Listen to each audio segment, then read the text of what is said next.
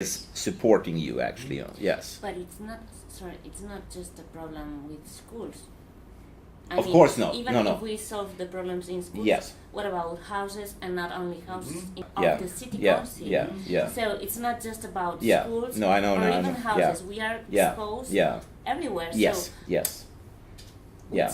which kind of measures can be implemented to prevent not only children but everybody? Yeah. I don't think I have a real good answer, but I have one answer at least, because some years ago I was invited to the European Union and we talked for one day about exactly these kind of issues. And at the very end of the day, when everyone was about to leave, I had to say, stop, wait, I have one final question. I have to know what was the underlying human need that made the European Union decide to implement in each member state the rollout of wireless systems. And then this commissioner, whatever his name was, he laughed and said, well, you know, Olle Johansson, that's probably the most intelligent question I ever heard in the European Union. And the answer is very simple, to the other side, you know. So maybe the answer is that more and more consumers, ordinary citizens, needs to step up and say, no, I don't want myself or my kid to be exposed at playgrounds, schools, homes, streets, shops, or whatever. And in the beginning, of course, people would laugh and say, no, we don't listen to you. But if the momentum is gaining speed, more and more people are joining, more and more parents, for instance, then they have to listen. So, or if you can come up with some very brainy legal twitch, and I'm not a lawyer, so I don't know how you do that, you know, but some very smart thing, you know.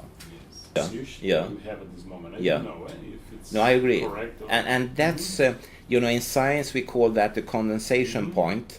It starts with a small decision somewhere. That's the main point, It could be in South Africa, Spain or Sweden, doesn't matter, but it will spread, you know. And you know, it's interesting, we talked in the car, if we turn back time 50 years to 1965 in this room, we would all be doing something we don't do today. What would we be doing?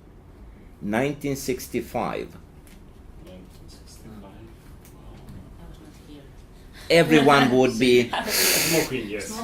everyone. Yeah, You know, there are movies that or videos that were made at that time, and newscast reels and so on. Everyone like this, and today it's just impossible to even think about that. And we would even laugh and say how stupid they were. You know, didn't they understand? And that they did not understand. Actually, it was meant to be good for you.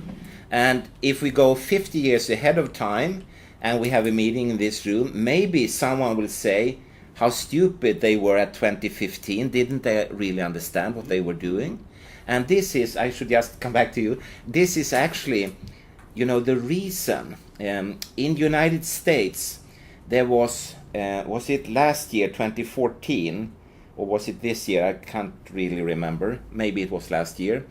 The United States Supreme Court, they had this widow to a man that had died of lung cancer because of smoking, and they had got the compensation of $2.32 billion US dollars, and the Supreme Court said, no, that's not enough. We will grant you as the highest level 23 billion US dollars. One single case, you know. And she was not even the smoker, it was the dead husband who was. And then you have to remember that when he started to smoke in the 50s, no one understood at all what was going on. People even thought it was good with smoking. And that's the difference this group of lawyers told me. When it comes to health effects of electromagnetic fields, people knew already in the 1950s and 60s that this is really bad for you, and still the wireless society was developed.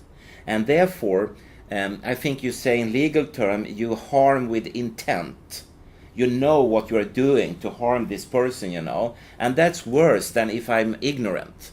And therefore they said, we will go from 23 to at least 1, and that's really cynical. And I think mankind needs already now to start thinking, how should we really have the society built? Should we allow that kind of greedy things going on? And if you ask ordinary people, they would say no. If you ask the CEOs, they say, oh yes, we should have it, you know. So it's really a crossroad now, and you entered a very important term, which I have coined myself. I think it's time for green, human-friendly technology. And there's one country in the world who is very interested in this. And this country is extremely rich, but they have a limited number of years to earn money, and therefore they are looking for new places to put their money, and they want to be the biggest in everything, and that country is Norway.